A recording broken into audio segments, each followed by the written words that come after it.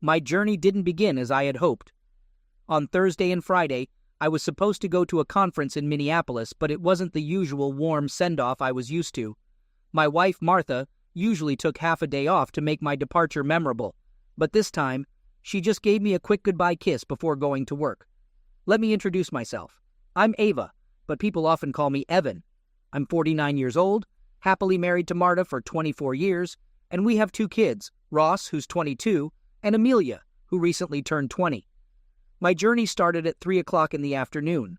I left work and headed to the airport. I always like to arrive early for my 6 p.m. flight to avoid any stress about being late. Everything was going smoothly, and I waited patiently for the announcement of the flight's departure. However, luck was not on my side this time. The flight from Minnesota was delayed due to bad weather and an impending snowstorm. After a 45-minute delay, we finally boarded the plane. About 30 minutes into the flight, I noticed the plane making a subtle leftward turn. At first, I thought it was a minor adjustment, but it became clear that we were turning around. The pilot confirmed that due to the severe snowstorm, we couldn't land in Minneapolis, so we had to return to where we started. Back on solid ground, I hurried to the airline's check-in desk to rearrange my plans for the next morning. Fortunately, I managed to get one of the last available seats on the next flight. Despite missing the conference, I was determined to attend. As I sat down, a glimmer of hope emerged, but I couldn't get to the conference immediately. I called my contact in Minneapolis to let them know about the delay and left a detailed message on my boss's voicemail. Anxiously, I called home, hoping to hear Martha's comforting voice. To my shock, she didn't answer, and the house was dark, with her car gone from the driveway. I left my luggage in the car and cautiously entered the house. I heard voices coming from the living room, which surprised me. It turned out the TV had been left on, and that led me to a troubling conclusion. Martha had apparently come home after work, and I clearly remembered turning off the TV before leaving. I silenced the TV and searched for any sign of her, but found none. Anxiously, I called her mobile phone. Finally, she warmly inquired about my whereabouts, a question that had become a familiar part of our marriage, now tinged with genuine concern and interest. In response, she mentioned that she was at home, watching TV shows. As she spoke, the weariness of my long journey began to wash over me. In that moment, my sole desire was to be with my wife, seeking solace in her presence and sharing closeness moments, even if only for a few precious hours. Despite the flight delay, I held on to the hope of unexpected, joyful hours in the comfort of our own bed. However, within just 30 seconds, the contentment of returning home was replaced by a profound sense of uncertainty. Instead of anticipating the warm embrace of my devoted wife, with whom I had shared 24 years of love and trust, I was confronted with the shocking revelation of lies and deception. It was an unexpected blow that left me speechless and unsure. I couldn't help but question whether she had truly cheated on me and why she would do such a thing. There appeared to be no logical explanation for her deceit, whether it occurred while she was at work, with friends, or at a restaurant. I must have remained silent for a while, as Martha's worried voice eventually broke through, asking if I was still present. I snapped back to reality and mumbled in response, yeah, sorry, we've landed in O'Hare and I have to go." With a heavy heart, I abruptly ended the call. The phone rang again, but this time I turned it off, needing some solitude to make sense of my racing thoughts. Sitting on the couch, surrounded by silence and emptiness, I felt numbness wash over me. The question haunted me. Why did Marta deceive me? Maybe there was a reasonable explanation for the lie. Perhaps she was planning a surprise. Thinking back, I recalled how I had organized a series of deceptions 4 years ago for our 20th wedding anniversary. I had secretly arranged a 2-week cruise and involved her boss and parents in the plan, creating a web of deception. The memories of that lie came rushing back. In the midst of my confusion, one persistent thought crept in, which I vehemently rejected. It was a thought I refused to accept. Not us. We wouldn't be in this situation. It was simply inconceivable. And that, I thought to myself, was it? Realizing that my daughter Amelia might know about all of Marta's surprises and plans, I quickly dialed her number from memory. My beloved daughter's voice greeted me on the phone and asked how I was. I inquired with genuine curiosity about her well-being, and she replied, saying she had just finished her homework and was watching TV. Feeling the importance of the situation, I cautiously asked if she had talked to her mom recently, and if Marta had mentioned anything to her. Amelia mentioned that they had their usual weekly phone call on Sunday, giving me a glimmer of hope. I then asked her if she happened to know anything about a surprise Marta was preparing. I made it clear that I didn't want to know the nature of the surprise, only if Marta was planning something. My voice held anticipation as I waited for her response. Amelia's reply shattered my hopes. She mentioned that she didn't know anything and inquired about what was going on, unaware of my worry. Coming up with a feeble explanation, I told her that Marta had been acting a bit strange lately, and I wondered if she was hiding a nice surprise, perhaps for my 50th birthday. Amelia quickly dismissed the idea, reminding me that we had celebrated my birthday last month. Having failed to get any information, I accepted the truth and wished my daughter a good night. She replied, sounding dejected. I realized that the surprise I'd hoped for wasn't going to happen. The question remained, why would Marta deceive me? Possible explanations started to form in my mind. Perhaps it's related to an upcoming promotion. That's likely the case, I concluded. Even though I couldn't understand why she would lie, I considered the possibility that she was still working hard to achieve that elusive promotion. Lately, she had to stay late at work several times due to her unwavering dedication. However, deep down, Martha knew that no promotion could outweigh the value of the time we lost together. She understood that I wanted her to reduce her work hours so we could spend more time together, a reasonable request that she understood. Ironically, I recalled an important decision I made a few months before our 20th anniversary, turning down a promotion. It had been nearly 5 years since I had enthusiastically accepted a job offer to become the vice president of finance at my company. But this role required frequent travel to the company's headquarters in Chicago for board meetings and visits to various factories across the country. Initially, I was excited about the job offer, but Martha quickly raised doubts, making me reconsider my decision. The cautionary tale of a colleague who went through a divorce just 2 years after accepting a similar position couldn't be ignored. While financial success was a reward for him, it came at the cost of loneliness and suffering. Given the circumstances, and the fact that our children still needed guidance and support through their remaining years of school, Marta understandably didn't want to take on this responsibility alone. Throughout the week, we had in-depth discussions about the potential consequences of accepting the promotion. Gradually, it became clear that I was on the verge of losing sight of what truly mattered in my life, my wife and children. Regaining clarity, I made a heartfelt decision to decline the promotion, recognizing that my commitment to my family took precedence over material success. The past few months had been challenging as Marta pushed hard for her promotion. It brought back the doubts I had about my own career growth. Since our children were now in college, our family consisted of just the two of us. While Martha thought her promotion was attainable with minimal impact on our lives, such as more business trips, I worried about the many hours of overtime I would need to put in. Seeing my wife for only an hour or two a day during the week left me dissatisfied. Brief moments together didn't bring contentment, and the lack of quality time together weighed on my heart. The decline in our closeness life couldn't go unnoticed. Martha became increasingly engrossed in her work, spending Saturdays and even Sundays at the office. When she returned home, fatigue consumed her, leaving no energy for anything else. It had been a while, if not impossible, to remember the last time we were closeness. 3 weeks ago last month. Specific details blurred into a depressing haze. Acknowledging that age contributed to our diminishing physical connection, it was hard to ignore the sad lack of bed life we used to share. It's possible that her deception during our phone call was an attempt to avoid discussing my concerns and hide behind her work commitments. However, it's only fair to admit that I, too, was on a business trip and had to work overtime occasionally. At the same time, there was a simple way to uncover the truth. I decided to call Martha's direct line at the T-Bold Advertising Agency to confirm things. To my surprise, her colleague Jake Turnbull answered the phone. Alarmed, I quickly composed myself, expecting to hear Martha's voice. I greeted him using my nickname, and his response caught me off guard as he mentioned that I should be enjoying a vacation with Martha. I was shocked and confused by his comment, and it was clear that something was amiss.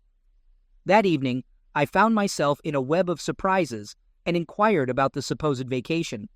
Afterward, I quickly regained my composure, apologized to Jake for the interruption, and fabricated an excuse, claiming that I had dialed his number by mistake. He reassured me without any concern, mentioning that Martha owed him lunch for covering her shift and the late working hours. He expressed his frustration, saying that it was 9 in the evening and he was still at work. With that, he concluded the conversation and hung up. Gradually, the truth became clear to me. Martha wasn't working and was in fact absent from her workplace. According to Jake, she had taken a vacation until the end of the week. Panic slowly crept into my mind, tightening its grip as fear took hold.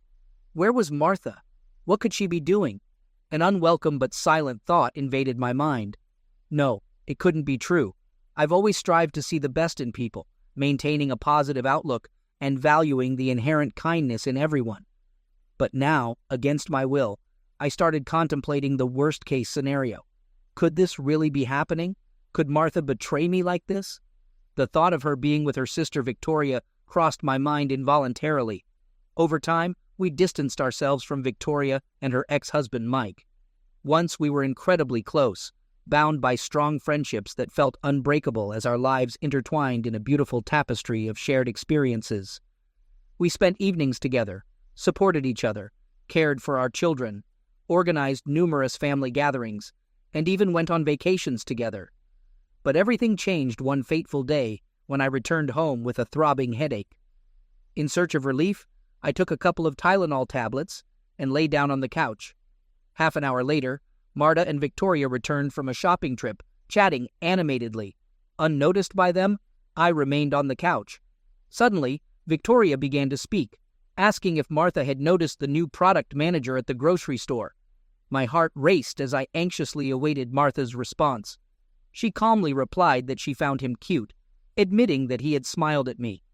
Then, with unease, she added that it would be better if he were smiling after yesterday's encounter in the back seat of her car, declared defiantly by Victoria. To my surprise, my wife responded disapprovingly, cautioning Victoria that she might get caught, risking the loss of a good husband and more. Unfazed, Victoria responded confidently, assuring Martha that she was always careful. With those words, they abruptly left, leaving me in a state of uncertainty. As someone who values honesty and integrity, I struggled to bear the weight of this revelation. Uncertain of the right course of action, I found myself at a crossroads. One thing was clear: Mike deserved to know the truth. Hearing about Victoria's infidelity would undoubtedly devastate him, and the thought weighed heavily on my heart. I knew that Mike, upon learning of her betrayal, would not hesitate to kick Victoria out of their home. I carried the burden of potentially causing the collapse of their marriage. Did I really want to be the reason for such a profound change? Before I could reach a final decision, my wife returned home with our children. Comforted by the fact that she disapproved of her sister's actions, I decided to postpone my decision until we could discuss it further. That evening, as we prepared for bed, I broached the subject, seeking her guidance. I cautiously began, explaining the situation and sharing the news of discovering infidelity in our circle. Her expression initially revealed uncertainty, as I asked in all seriousness what I should do and whether confronting the cheater with anger was an appropriate response. Martha took a moment, carefully considering the circumstances surrounding the situation. She began slowly, suggesting that it might depend on the specific situation, and that there were various factors to consider. Seeking further clarity, I presented hypothetical scenarios for discussion, inquiring about our friend Mike and whether we should turn a blind eye if he had cheated before and picked up a woman at a bar. I wanted to know her viewpoint. The weight of the situation hung in the air as I contemplated potential courses of action. Suddenly, Martha sat up in bed, gripping the phone tightly and expressing her anger. It was clear she felt compelled to take immediate action and inform Victoria about the betrayal.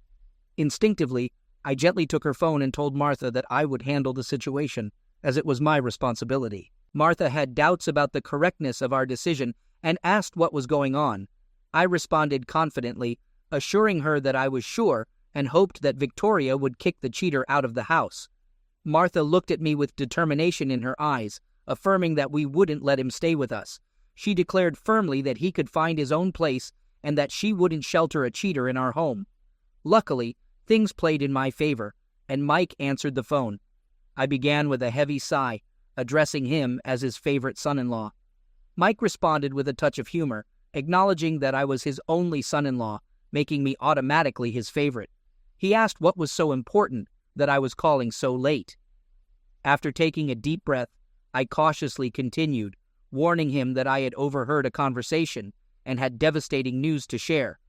I told him that his spouse hadn't been faithful and had cheated on him just yesterday. There was a long pause on the phone as Mike absorbed this shocking revelation. When he finally spoke, his voice was barely audible, filled with disbelief. He expressed his doubt, asking if I was absolutely certain it was about his Victoria.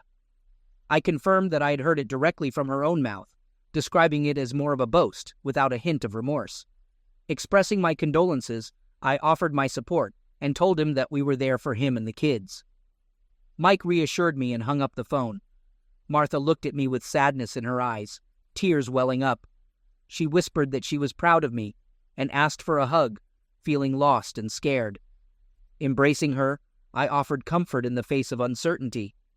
After a moment of calming down, I inquired about whether they should consider seeing a therapist, curious about their potential next steps.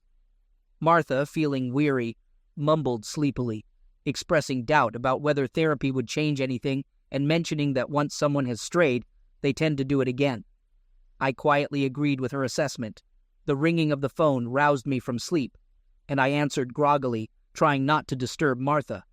Victoria's furious voice lashed out at me, demanding answers about what I had told Mike. I responded calmly to Victoria, stating that I had told Mike the truth and emphasized the importance of honesty, as Martha watched with concern and resolve. Victoria's voice was filled with anger as she expressed disbelief that her sister would betray her. I firmly replied that sometimes the truth comes out unexpectedly, and we both agreed that cheaters should face the consequences. Victoria's tears began to flow uncontrollably, and she confessed that Mike had kicked her out of the house. I reiterated that it was a deserved consequence. Victoria pleaded desperately, asking what she should do and if she could come to us. Regretfully, I replied that we couldn't provide refuge to a cheater, and she would have to navigate the situation on her own. Victoria seemed shocked by my response, and I turned to Martha for guidance, asking her what to say to a cheater who wanted to come to us. Martha leaned towards the phone and firmly declared that she didn't want a cheater in her house and told him to get lost. I then conveyed a message on behalf of both of us, stating that Victoria was no longer a part of our lives and that she should stay away from us. We didn't want her to come or call. Martha snuggled closer to me, and we sought comfort in each other's arms. She whispered that she was proud of how I had handled the situation, and we peacefully drifted off to sleep. However, the morning brought an expected storm, as Martha's father called and yelled at his daughter. Martha was anxious and tearful after the phone call. I explained to Martha that it was our mutual decision, and we had discussed the possibility of seeking advice and ending our connection with the deceiver. I clarified that I had only mentioned a hypothetical scenario about Mike and hadn't asserted that he actually cheated on Victoria. I posed a thought-provoking question, asking how Mike's potential betrayal differed from Victoria's infidelity. Martha defended her sister, stating that Victoria was family. I expressed disappointment and questioned if it was acceptable to cheat on someone because they were family, leading Martha to be momentarily speechless. 3 years ago, I had a pivotal conversation with Martha, asserting my stance about her sister. I made it clear that I didn't want her sister near our children or in our home. Although Martha occasionally met her sister secretly, it remained an unspoken taboo in our household, and she visited Victoria covertly while I was away. Over time, Mike managed to overcome the situation and prepare for remarriage, and my resentment toward Victoria waned. I had stopped caring about her presence and found joy in her absence. Shifting my focus to Martha, I gently broached the subject, feeling the need to resolve the issue. I suspected that Martha might carry guilt for deceiving me, although I had reached a point where I no longer cared. A surprising turn of events unfolded, as I found myself on a stage in front of a vast audience at the Congress. I began my speech, addressing the crowd and discussing two distinct types of individuals in the realm of tissue use: deniers and those who confront reality. During the talk, Dave Millicent, Martha's boss, waved his hand wildly and confessed to evading my wife. Jake Turnbull, seated behind Dave, also admitted to evading my wife. Another man joined in with a cheeky comment, creating a moment of shared amusement and light laughter among the audience. Suddenly, I sat up on the couch, wiping drool from my face, and realized it was already midnight. I must have slept for over an hour, and I wondered if Martha had returned home during my nap, possibly unaware of my presence as an unexpected guest. Hastening toward the bedroom, I entered, but found no signs of her. Then it dawned on me that she was likely with her sister, Victoria. Contemplating whether to contact Victoria and inquire about Martha's whereabouts, I hesitated, realizing that obtaining Victoria's address would entail acting behind Martha's back. Recalling that I needed to pick up Victoria's children from a specific location, I wondered if I still had Victoria's phone number. As I prepared to search my contact list, I noticed the Find My Phone app icon on my smartphone. A year ago, I had installed it on both our phones after losing mine during a trip from New York to Cincinnati. Recognizing its capabilities, I promptly opened the application. Within seconds, I received information about Martha's phone's location. It indicated Mills Lake. I was puzzled, wondering why she would be there. Contrarily, Victoria was facing financial difficulties, making it unlikely for her to afford a cottage on Mills Lake. The situation was becoming increasingly mysterious. Mills Lake was renowned as an upscale residential area, with cottage costs far exceeding those of our modest home. Using Google Earth, I carefully pinpointed Martha's precise location. To my surprise, she was inside an exclusive estate surrounded by an imposing stone wall. This revelation left me baffled. What could Martha be doing in such a luxurious millionaire's estate? The distance between Mills Lake and our town was an hour's drive, but my determination to uncover the truth propelled me forward. At the same time, I realized that a direct conversation with her would likely result in dishonesty or evasion. Gathering indisputable evidence was essential before initiating a conversation, despite my hesitations. Flooded with intense emotions, I quickly headed to Mills Lake, reproaching myself for refusing to consider the possibility of Martha's wrongdoing. Regret gnawed at me as I realized I should have checked her phone's GPS locator right from the start instead of seeking excuses for her actions. Uncertainty clouded my thoughts as I arrived at Mills Lake, uncertain of my intentions and harboring a faint hope for a straightforward explanation. Anxious, I made my way to the estate where Martha was located, weighed down by the anticipation of what awaited. Before me loomed a massive gate, barring direct access to the estate. I wasn't planning to drive up to the house and announce my presence in search of my wife.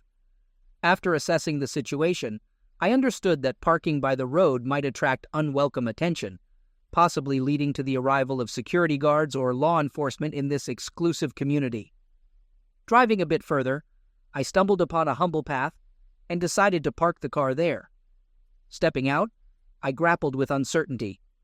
How would I bypass the towering wall separating me from the truth? Then it dawned on me that the estate bordered the lake, meaning an approach from this side was possible. With renewed determination, I made my way to the lakeshore, my heart racing at the prospect of finding an entry point to the estate from this direction. Discovering a footpath leading to the lake, I cautiously moved toward the shoreline, not knowing which grand cottage Martha was in. I counted on another check of the GPS locator.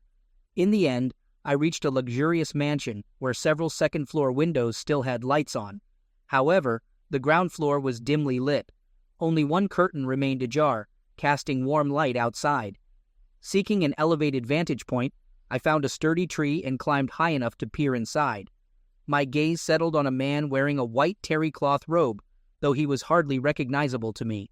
The man, appearing older than me, swiftly vanished from view. A moment later, a woman emerged, confirming my suspicions. It was Victoria. As she stood in an open robe, sipping champagne from a glass, I couldn't deny that she remained attractive at her age.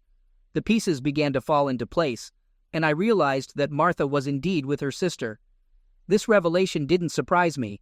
Given the financial implications of a divorce, it seemed likely that Victoria was seeking a wealthy partner. Yet, I couldn't help but think that Martha had been drawn into a lifestyle I disapproved of and didn't want for her. As events unfolded before my eyes, I witnessed a scene that left me disheartened. The man I initially spotted approached Victoria, and his hands boldly explored her body. He took her champagne glass, discreetly setting it aside. I had to climb down from the tree and avert my eyes from this closeness display of my sister-in-law's allure.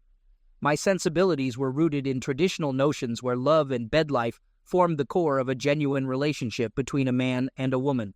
What I observed felt devoid of love, lacking the connection and affection I held dear. Even if I didn't hold Victoria in high regard, I wouldn't wish such a destructive and empty existence on anyone. Feeling uneasy with the scene unfolding before me, I contemplated descending from the tree. However, as the couple moved away from the window, I locked eyes with Martha. She sat on a distant couch, sporting a foolish, inebriated smile. My heart sank, frozen in bewilderment. Her robe was open, revealing a sight that sealed the fate of our marriage. Overwhelmed by shock, I took a hesitant step backward, but lost my footing and tumbled from the tree. Branches broke my fall, and I was fortunate to escape with minor injuries. In a daze, I got to my feet, feeling like an old man. Under the weight of what I had witnessed, I started wandering aimlessly, like a zombie adrift in a desolate world. Tears welled up in my eyes as I limped my way back to the car, reflecting the profound pain that consumed me. It wasn't the physical fall from the tree that caused me pain, but the emotional loss of happiness and the separation from a loved one. During those distressing minutes, I briefly considered breaking into the cottage, forcing my way inside to confront the situation.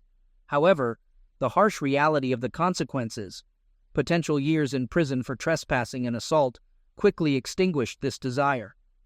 Alone with my thoughts at night, a storm of emotions raged within me.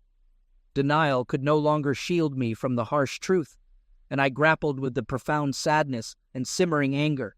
Yet I recognized the danger of letting that anger consume me, understanding that it would only further damage my own life. Deep down I knew that, no matter how angry I was, I would never resort to physically harming Martha. As events unfolded, I considered various options.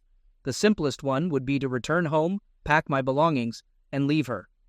If we lived in a no-fault divorce state, had separate incomes, and no dependent children, the divorce process would likely proceed smoothly. We would divide our property equally and part ways. However, despite this straightforward path, a part of me yearned for justice and the desire to exact some form of revenge. A bold idea took hold of my thoughts, and without hesitation, I decided to seize the moment and see how it played out.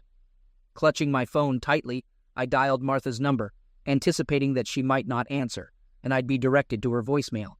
I hoped she'd check her voicemail right away, just in case. "Hi, honey," I began, projecting my voice onto the answering machine recording. "Since you didn't pick up the home phone, I'm calling you on your mobile.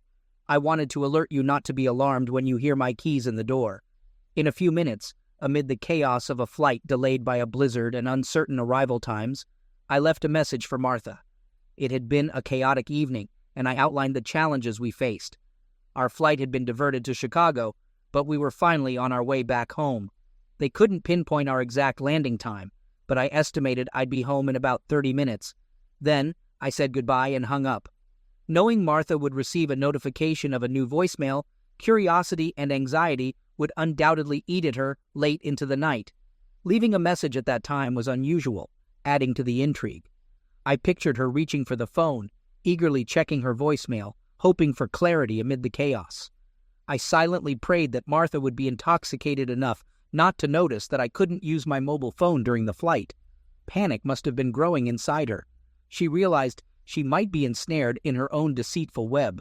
In a fit of rage, she was likely contemplating how to get ahead of me and rush home, hastily dressing and fielding questions from her sister and lover. My phone rang, interrupting my thoughts, and I quickly answered, realizing that she might be trying to gauge my time of arrival. I began the conversation with a weary tone, apologizing for potentially waking her up. She replied, assuring me that it was okay, and informed me that she was on her way home, expecting to arrive in about an hour, give or take a few minutes. Martha acknowledged my response with a simple, okay, and ended the call promptly. I soon saw her car exiting the estate's gates and speeding down the highway. My heart skipped a beat as I witnessed her reckless driving nearly swerving into a ditch, and it became evident that she was much more intoxicated than I initially thought. Although I felt anger and frustration, I realized that her actions posed a threat, not only to herself, but also to innocent people on the road. Despite my lingering resentment, I couldn't bear the thought of her life being in jeopardy, as the mother of my children. Determined to ensure her safety, I decided to follow her, ready to intervene if necessary. Thinking quickly, I dialed special services and informed the operator that I wanted to report a drunk driver. I described the car's erratic behavior, how it had almost collided with mine, and its reckless swerving. I also provided details about the car, mentioning that it had pulled onto the south side of the highway at Mills Lake and was a dark blue Ford Taurus. I had memorized the last 4 digits of the license plate and emphasized the urgency of stopping the car before its driver caused harm. The operator thanked me for my report and assured me that a patrol car was on its way to apprehend the intoxicated driver. Keeping a safe distance, I continued to tail Martha, navigating the traffic carefully. 2 exits later, I noticed a patrol car approaching her location. From a distance, I could see a patrol car parked on the bridge, facing the highway. As Martha's car came into view, the patrol car quickly accelerated, flashing its lights to signal her to pull over.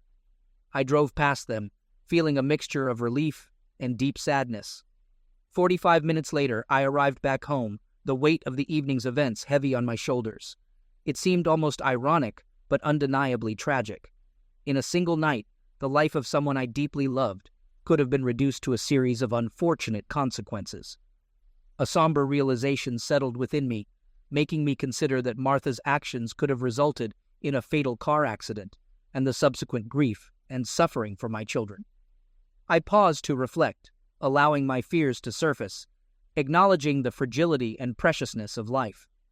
My love for Martha was no longer a central factor in the decision I had made. It wasn't that I had stopped loving her, but I could no longer envision a shared future together. I took drastic measures by turning off the home phone and silencing my mobile phone. I needed some privacy to gather my thoughts. As I reflected on the hours spent searching for an explanation for Martha's deception, I realized that the most straightforward explanation had been right in front of me all along. Disappointed in myself, I opened a bottle of wine and contemplated the path forward.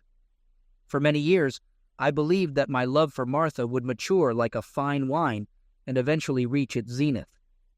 Now, confronted with the reality of our strained relationship, I faced the challenging question of what to do next. As I continued to sip wine and the night unfolded, I searched for clarity and direction amidst the whirlwind of emotions that engulfed me. The love that had once bound us now felt like it had turned into bitter vinegar, leaving me in agonizing pain. The depth of her betrayal struck me to my core, but the pain was not solely from the betrayal itself. It was the realization that our love had withered away. This love had defined me for the past 26 years, 24 of which were spent as husband and wife. Without her, I felt lost, like a soul adrift, devoid of purpose and self-identity. Could I go on without this love? The pain intensified, making me contemplate putting an end to the suffering, perhaps by finding solace in the depths beneath a bridge. I had never imagined living without Martha. Starting life anew felt like an insurmountable challenge, filled with uncertainty. How do you plan your life when a person who has been your everything is suddenly gone? I was at a loss, unsure of where to begin. Making decisions without consulting Martha seemed inconceivable. Family had always been the focal point of my life. I carefully weighed every choice, considering the well-being and happiness of my wife and children. Even our social life revolved around our family's needs, and I rarely engaged with colleagues and others. While I attended obligatory work events like the annual Christmas party, my priority had always been getting back home quickly. The times I ventured beyond these obligations were few. Over the past decade, I'd occasionally reminisce about the times when we socialized with colleagues, but now, with the kids gone, it was just Martha and me. And now, I found myself alone, engulfed in my sadness. I had no one to love, no one to lean on. For the first time in my life, loneliness became my unwelcome companion. Why did she choose this path? Why resort to cheating when a straightforward divorce would have been more painful, but perhaps more considerate of the years and joyful moments we shared? When did she stop loving me? Did she merely endure our relationship until our children grew up and moved away? When did her care and attention wane? As our children embarked on their own journeys, I saw it as an opportunity to invest more in Martha and our relationship. I didn't realize that she saw it as the end of our shared path. I watched as a stranger became a constant presence, suggesting they were comfortable with each other, or perhaps how easily deception had infiltrated our lives. Martha and her lover, leaving me isolated and unloved, made it evident that we were no longer a couple. In the midst of despair, my pain became a connection to life. It served as a painful reminder of what I had lost, of the best moments we had shared, and, most importantly, of the presence of our children. In that dark moment, my children became my saviors, casting a glimmer of hope upon me. My self-esteem had plummeted to the point where I lacked the strength to lift myself out of the abyss of despair. My children came to my rescue. Just thinking about them provided a faint spark of self-preservation. Soon, Ross and Amelia would go on their independent journeys and start their own families.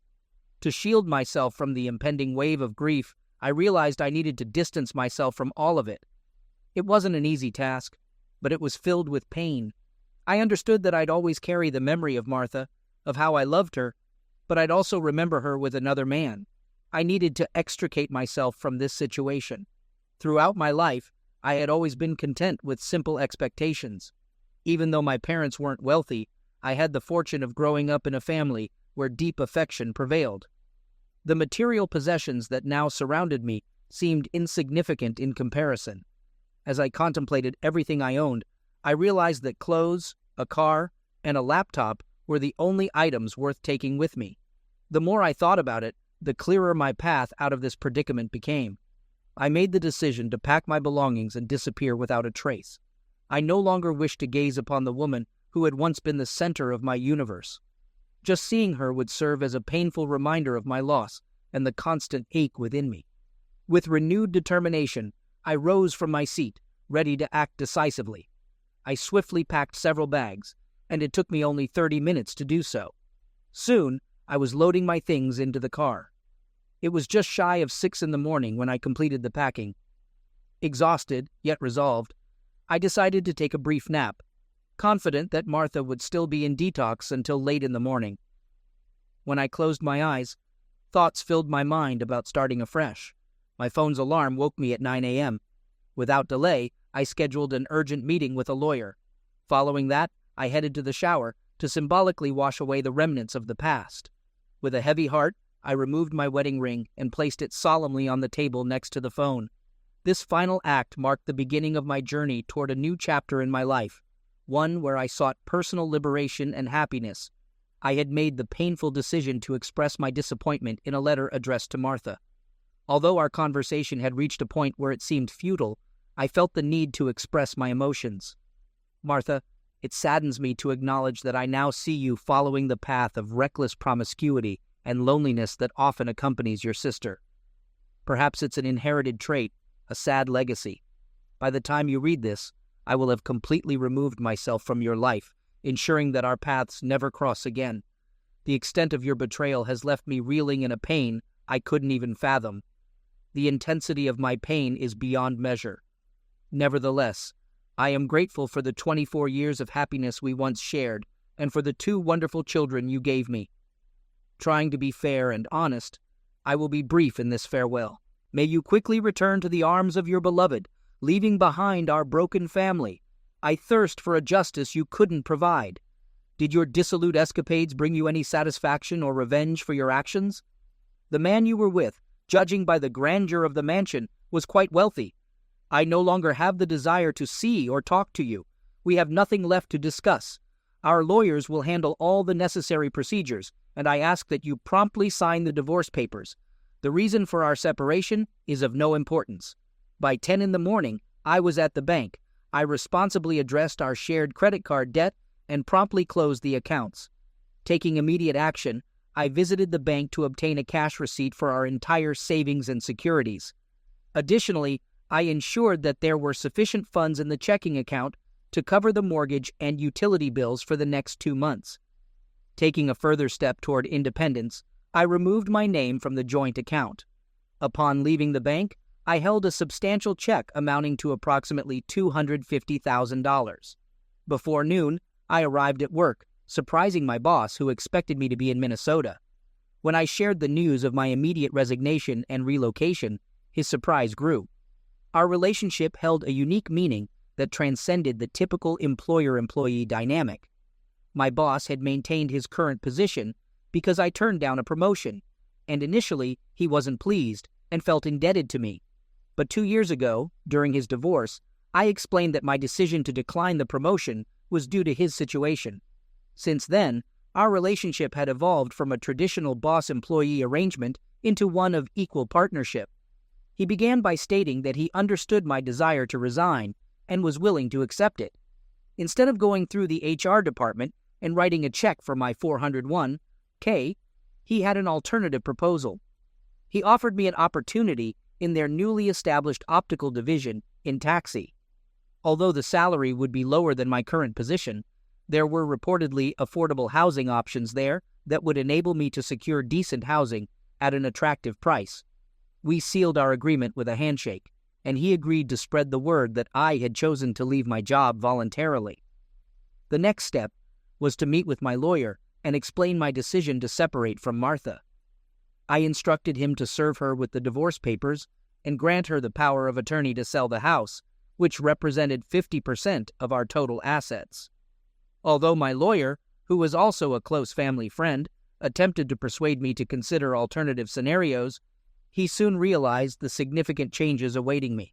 By midnight, I would be in another city, in another state, and without a wife. In the afternoon, as profound fatigue overcame me, I sought a place to rest and stumbled upon a rather dated motel around 8 o'clock in the evening. Using a disposable phone I had acquired for this purpose, I dialed Ross's number and explained that it was my new phone number. Ross inquired if I had heard from Mom, and I revealed that I had found out the day before that she had been unfaithful. He expressed his disappointment and concern, asking what I planned to do about it. I shared that I had taken care of everything. I had packed my things, cleared my bank accounts, resigned from my job, and was heading south, ending my relationship with her.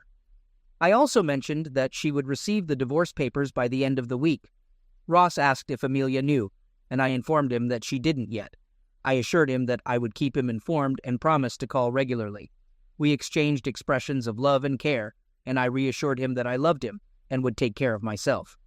After concluding the conversation, I contacted Amelia. The conversation was filled with deep sadness. My children, with heavy hearts, learned the truth about their mother's actions and how they affected our family. Witnessing the destructive influence of Aunt Victoria on her family, my children, like me, tried to comprehend how their mother could inflict the same pain on us. I was certain that Victoria had influenced her sister to act in this manner. Amelia, always candid, broke the silence by asking how long it had been happening, and how long we had ceased to be enough for her.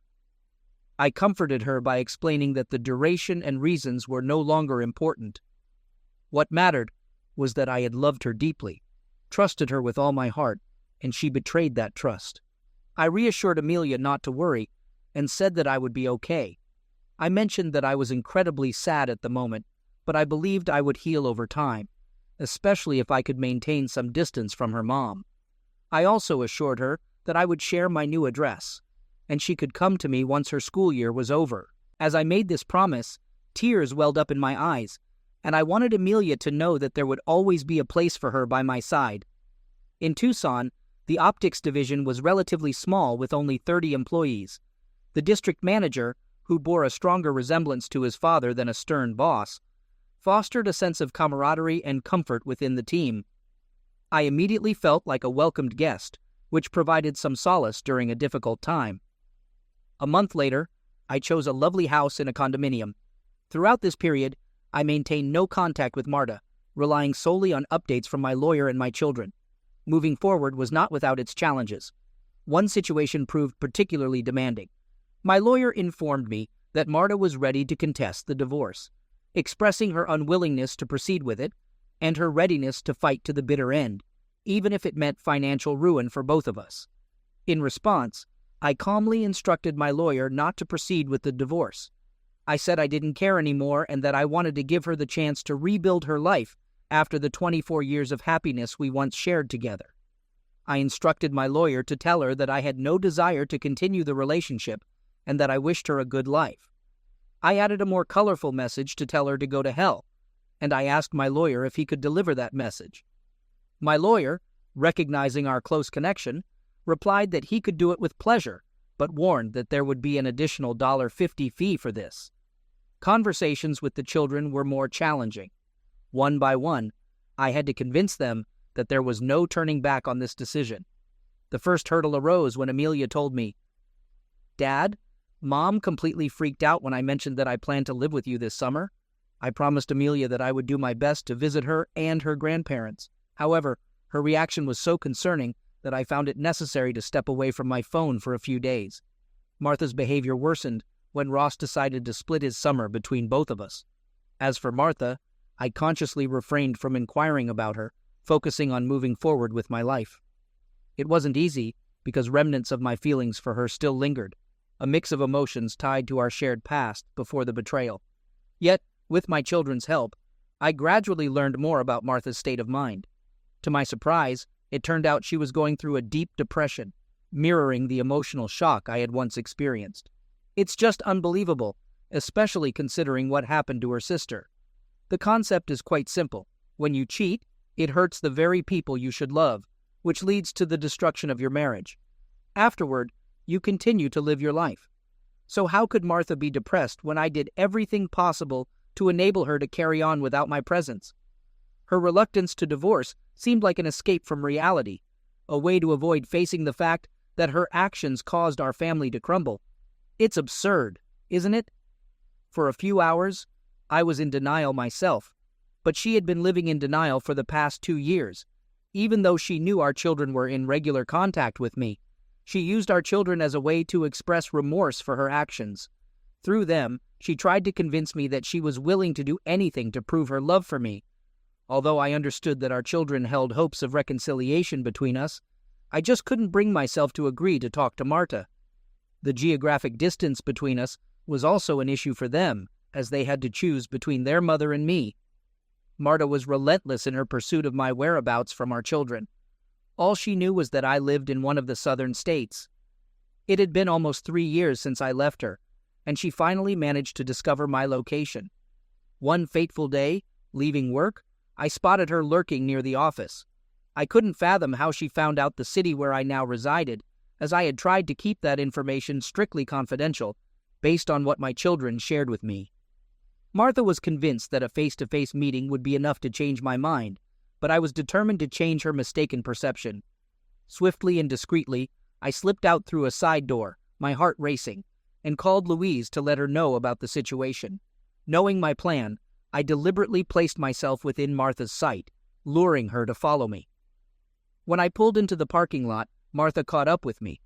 To confound her, I drove around the city for a while, stopped at the grocery store, and then returned home. Upon reaching the house, I parked, and Louise, a beautiful 30-year-old Latina, opened the door instead of my keys. A moment later, the doorbell rang, and Louise, cradling a 1-year-old baby in her arms, rushed to open it. From my place in the kitchen, I observed Martha's astonishment upon seeing Louise. Louise greeted her with a distinct Spanish accent and asked how she could help. Martha expressed her desire to talk to me. At that moment, Louise called out to me from the doorway, and I took the baby in my arms. Louise told me to take care of our daughter while she finished preparing dinner. I turned to Martha and began, "Well, well, well," with a mix of surprise and irony in my voice. I met her gaze, acknowledging the situation. I inquired with a resolute yet attentive tone, asking Martha what she wanted after almost 3 years apart. She responded in a barely audible whisper, confessing that she needed to apologize and convey how deeply sorry she was for the pain she caused me. She acknowledged that it wasn't my fault, but rather her own foolishness. Martha expressed her love for me then and now, describing me as the best husband and father a woman could hope for, while admitting her own thoughtlessness and genuine remorse for the suffering she had caused. I found her sincere apologies moving, but I knew it was essential to end this charade promptly. I replied, "Well, it's all right," feigning happiness. "As they say, all of this is in the past. I haven't dwelled on these memories for so long that I can genuinely say I forgive you." As I looked at Tamarita, who was radiating with joy while in my arms, I continued, "In conclusion, I sincerely wish you a joyful life filled with love, much like mine," and my voice carried genuine sentiments. Martha's tears streamed down her face, and she mumbled something unintelligible. She hesitantly approached, embraced me, and hurriedly left the house. I closed the door behind her. Louise, noticing my fragile state, emerged from the kitchen feeling relieved and sad. She gently took Tamarita from my arms, sensing my need for comfort. I leaned against the closed door, giving in to tears. Touched by the scene, Louise hugged me tightly and planted a gentle kiss on my forehead. With a determined look, she reached for the phone. She said, "I need to let Horatio know that I'll be heading back home with our daughter soon," her voice exuding warmth and confidence. I whispered, "Thank you, Louise," sincerely appreciative of her presence and unwavering support. I instructed Louise, "Make sure to tell Horatio I'll be waiting for you at the barbecue on Saturday," and her voice brimmed with enthusiasm. "Absolutely, boss. I'll see you at the office tomorrow." The following week, my lawyer received the divorce papers duly signed by Marta. As I moved forward, I realized that healing takes time, and I needed to find my own pace. I formed connections with several female friends, engaging in a closeness relationship with only one, devoid of any serious commitments. It appeared that I was finally moving past the pain that had been inflicted on me. I grew less fearful of women, shedding my nervousness and timidity. Recognizing this personal growth, I began to think it might be time to grant Louise the freedom to introduce me to a kind and suitable woman. Trusting her judgment, I contemplated the opportunity to meet someone who could bring genuine happiness back into my life. Now I'm reconsidering my decision. After this unexpected encounter, doubts have arisen, not about leaving Marta, as that decision remains steadfast, but about my prior assumption that we had nothing in common.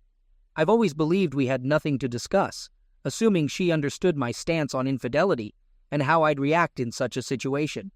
However, listening to fragments of Martha's story during our recent conversation, I'm beginning to question if I should have avoided this confrontation, despite my aversion to it. One thing, though, is undeniable. Removing myself from her life was the best course of action for me. It allowed me to find peace and recover away from the toxic environment that engulfed us. I loved Marta so much that if I had encountered her at that moment, I might have succumbed to her remorse and accepted her apology. This could have led to more suffering and eventual divorce. But now, 3 years since her betrayal and our separation, Marta's apology suddenly gave me a sense of closure. It released me from the pain I'd been carrying and offered a glimmer of hope for love once more. Over time, I might even contemplate revealing that I don't actually have a second daughter, though I'm not certain I'll decide to do so. I no longer owe her anything, and the choice to disclose or keep it to myself is mine to make. I've finally unburdened myself of obligations to her, allowing me to move forward and embark on a new chapter in my life. But not for long. Yesterday, I stood by Marta's grave with my children and numerous relatives, including Victoria. I wept bitterly, like everyone else present, but I didn't see a single tear on Victoria's face. Martha, in a state of complete despair and inebriation, was involved in a fatal accident. Her life couldn't be saved. I contemplated for a long time why Victoria had encouraged her sister into a closeness relationship with her lover, and arrived at only one explanation. It was a form of revenge for Martha and me revealing her betrayal, which had led to the end of her marriage with Mike. Perhaps now, Victoria feels some sense of relief as her sister lies in a casket. And I know one thing: I will never love any woman the way I loved Martha.